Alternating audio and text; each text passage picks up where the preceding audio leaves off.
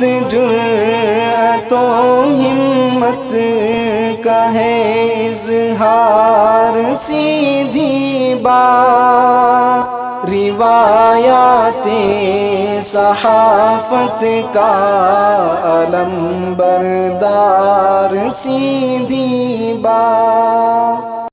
ناظرین گرامی، السلام علیکم ورحمۃ اللہ وبرکاتہ۔ میں ہوں آپ کا میزبان انصار عزیز ندوی، اور آپ اس وقت میرے ساتھ دیکھ رہے ہیں سیدھی بات سپر پرائم ٹائم۔ ناظرین گرامی،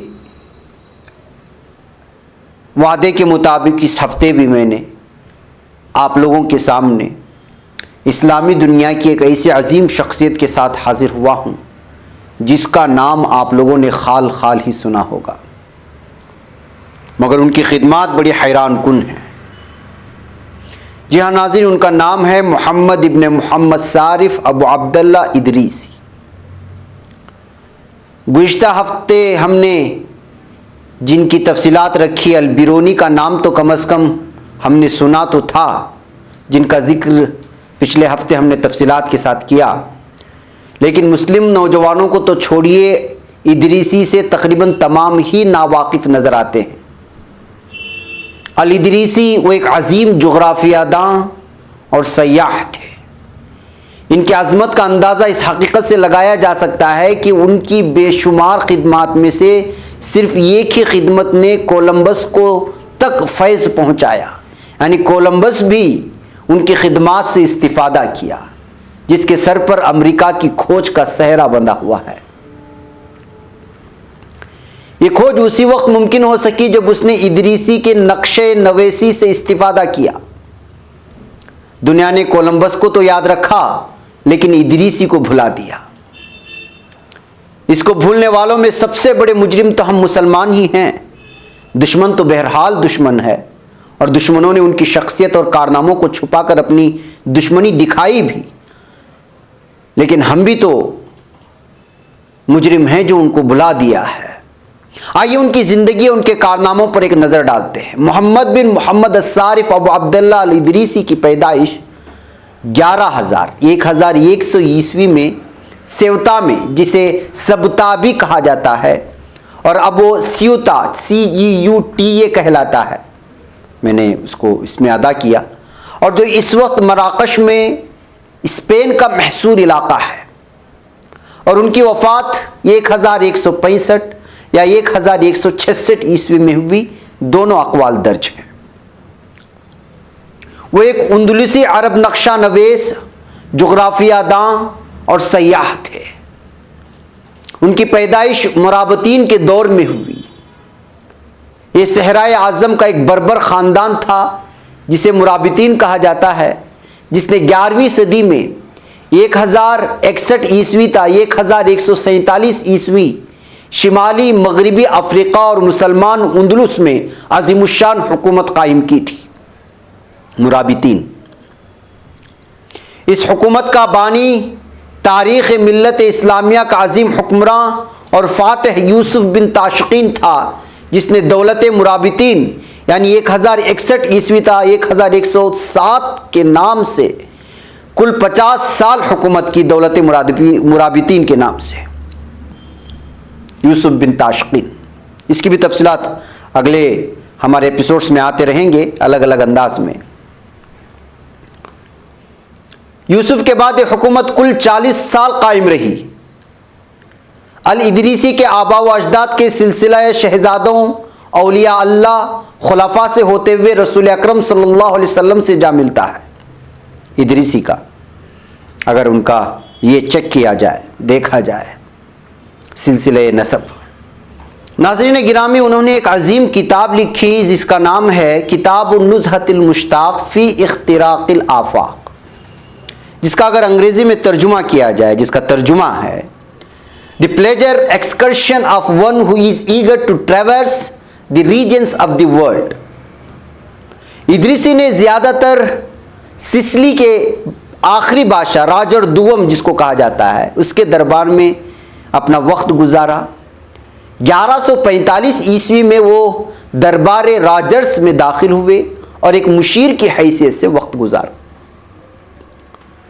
ناظرین، انہوں نے یہاں پر چاندی کی پلیٹ پر زمین کا نقشہ کندہ کیا اور ایک زمین کا گلوب بھی بنایا۔ انہوں نے ایک کتاب، کتاب البصر لکھی، جس میں انہوں نے اپنے سفر اور جغرافیائی تصورات کو پیش کیا۔ یہ کام انہوں نے راجر کی خدمت میں پیش کیا۔ یہ اس دور کا اہم جغرافیائی کام ہے۔ راجر کے دربار میں ان کا داخلہ ان کی زندگی، کیریئر کے لیے ایک ٹرننگ پوائنٹ ثابت ہو گیا۔ ناظرین، یاد رہے کہ سسلی کو عربی زبان میں سقلیہ کہتے ہیں اور اطالوی زبان میں یعنی اٹلی کی زبان میں سسلیا اور ہسپانوی زبان میں سیسیلین کہا جاتا ہے، یعنی SICILIAN۔ اٹلی کا ایک خود مختار علاقہ اور بحر روم کا سب سے بڑا جزیرہ ہے۔ ادریسی نے زمین کو آب و ہوا کے اعتبار سے 7 منطقوں میں تقسیم کیا تھا۔ ادریسی نے 1154 میں دنیا کا نقشہ بنایا تھا۔ ان کے بعد کی صدیوں میں ان کا بنایا ہوا دنیا کا نقشہ یورپ میں استعمال ہوتا رہا اور ابھی تک ہوتا رہا ہے، اور گوگل میپ والے نے اس کو اپنایا اور اسی سے اس نے استفادہ کیا۔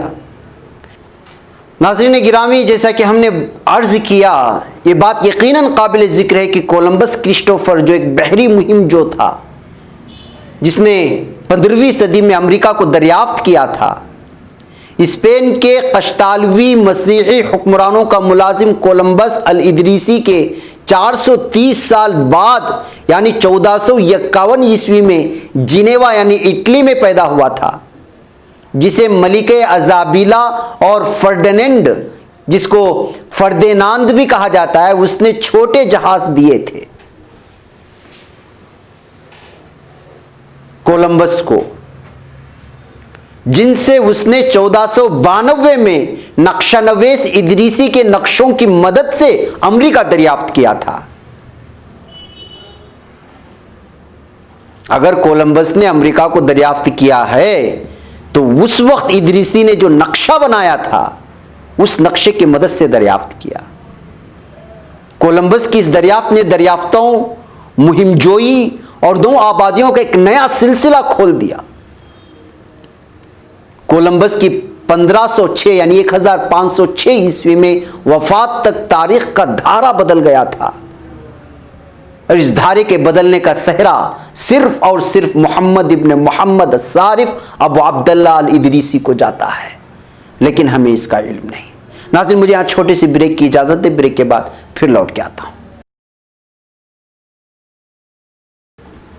ناظرین، استقبال ہے سپر پرائم ٹائم میں۔ جیسا کہ میں نے کہا بریک سے پہلے کہ کولمبس کا نام تو یاد رہا لیکن ادریسی کا نام نہیں۔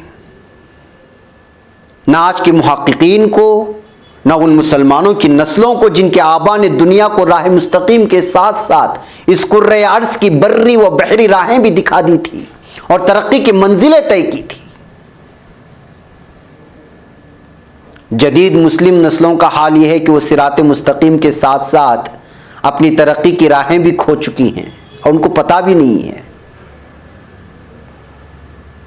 تاریکیوں میں اجالے کی کرن کے لیے ہاتھ پیر مارتی نظر آ رہی ہے آج کی ہماری نوجوان نسل۔ ادریسی کا بنایا ہوا مکہ کی سمت کا نقشہ بھی عرب نقشہ نویسوں کی رہنمائی کرتا رہا ہے۔ ادریسی نے علم کے حصول کے لیے قرطبہ میں کئی سال گزارے، تعلیم کی غرض سے مراکش اور قسطنطنیہ میں بھی قیام کیا۔ ادریسی نے مغربی یورپ کے کئی علاقوں، جن میں پرتگال بھی شامل ہے، اسپین کے شمالی علاقوں، فرانس کے بحر اوقیانوس سے لگے ساحلوں اور جنوبی انگلستان اور بحر روم کے جزائر کی بھی سیاحت کی۔ جب وہ 16 سال کے تھے تو انہوں نے ایشیائی کوچک، جسے ایشیا مائنر بھی کہتے ہیں، وہاں کا سفر کیا۔ ان کے کارنامے ناقابل تسخیر طور پر پالریمو میں نارمن کوٹ سے جڑے ہوئے ہیں اور محفوظ ہیں، جہاں ادریسی نے اپنی زندگی کے آخری لمحے گزارے تھے۔ بعض مغربی اسکالرز کا یہ خیال خام ہے کہ جو حقیقت میں ایک باطل خیال ہے کہ دیگر مسلمان دانشور انہیں مرتد سمجھتے تھے اس لیے کہ انہوں نے ایک عیسائی بادشاہ کے دربار میں خدمات انجام دی اور اس کے حد سے زیادہ تعریفیں کی، اس وجہ سے ان کو جو ہے مرتد سمجھا جانے لگا تھا۔ یہ غلط خیال سوائے مستشرقین کے کون پھیلا سکتا ہے؟ اصل بات یہ تھی کہ 14ویں صدی عیسوی کے ایک عرب اسکالر الصفادی کے قول کے مطابق راجر دوم نے الادریسی کو سسلی کو بطور خاص مدعو کیا تھا کہ وہ اسے دنیا کا نقشہ بنا کر کے دیں۔ دعوت دی گئی تھی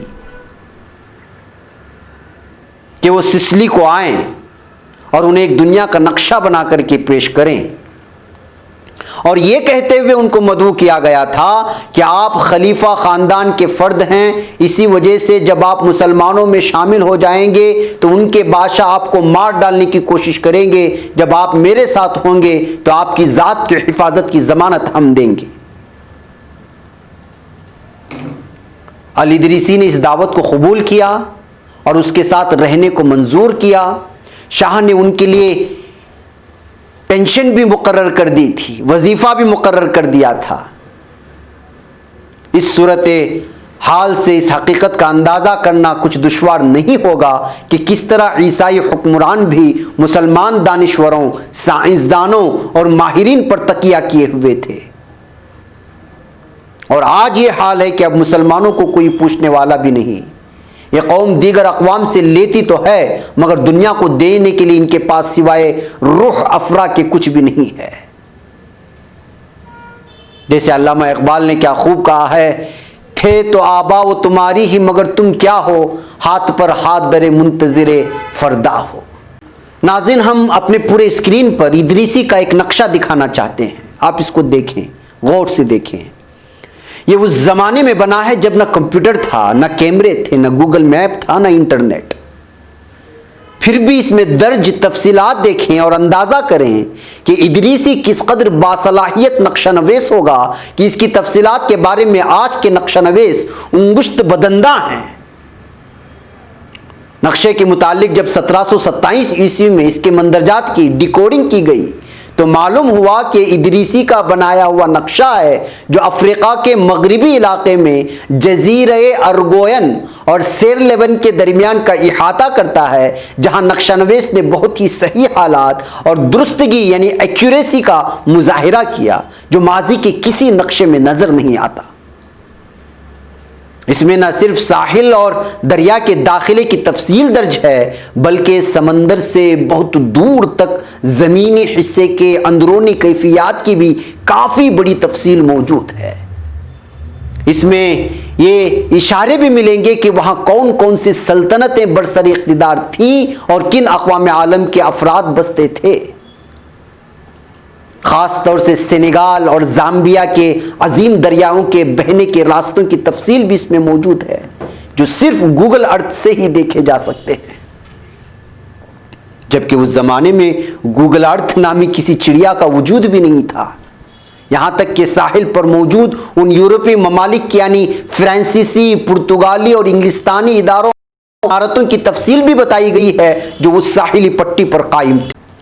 تو ناظرین، یہ کچھ حقائق ہیں جس کو ہم نے بھلا دیا ہے، نہ سمجھنے کی کوشش کرتے ہیں، نہ پڑھنے کی کوشش کرتے ہیں، نہ اپنے ماضی میں جاتے ہیں، نہ اپنی تاریخ کی ورق گردانی کرتے ہیں تاکہ ہم سمجھ سکیں، اپنی شناخت کو پہچان سکیں۔ بہرکیف ناظرین، آخر میں علامہ اقبال علیہ الرحمہ کی ایک نظم جو صقلیہ جزیرے سسلی کے عنوان سے ہے، جو بانگ درا کے صفحہ 133 پر موجود ہے، اس کے چند اشعار پر پیش کرنے کی کوشش کر رہا ہوں جو موقع و محل کے لحاظ سے نہایت مناسب لگ رہے ہیں۔ آپ بانگ درا میں جا کر اس صفحے پر اس چشم کشا نظم کے پورے اشعار ضرور پڑھیں، پڑھنے کی کوشش کریں۔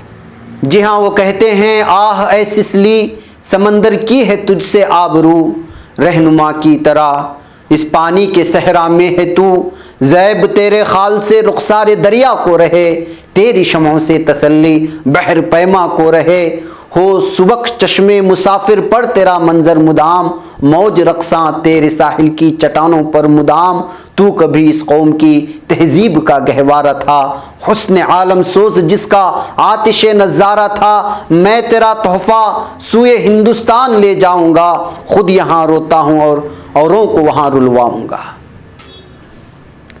ناظرین، ان اشعار کو محسوس کریں جنہوں نے جزیرہ سسلی کے سلسلے میں علامہ اقبال نے کہا تھا۔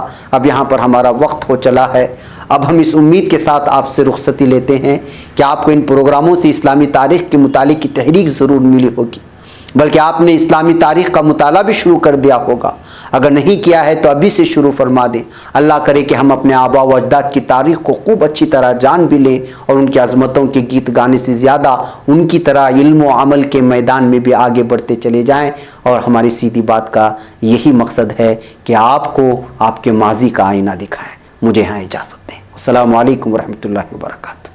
خبر پڑھنے کا تم نے بھی عجب انداز پایا ہے، رواداری کے جذبے نے بھی تم پہ ناز پایا ہے، اسی رہ میں محبت کا حسین اعزاز پایا ہے، تمہیں ہر انجمن میں ہم نے تو ممتاز پایا ہے، ممتاز پایا ہے، تمہیں سے ہے ترقی پر عزیز انصار سیدھی بات، عظیمت جرأت و ہمت کا ہے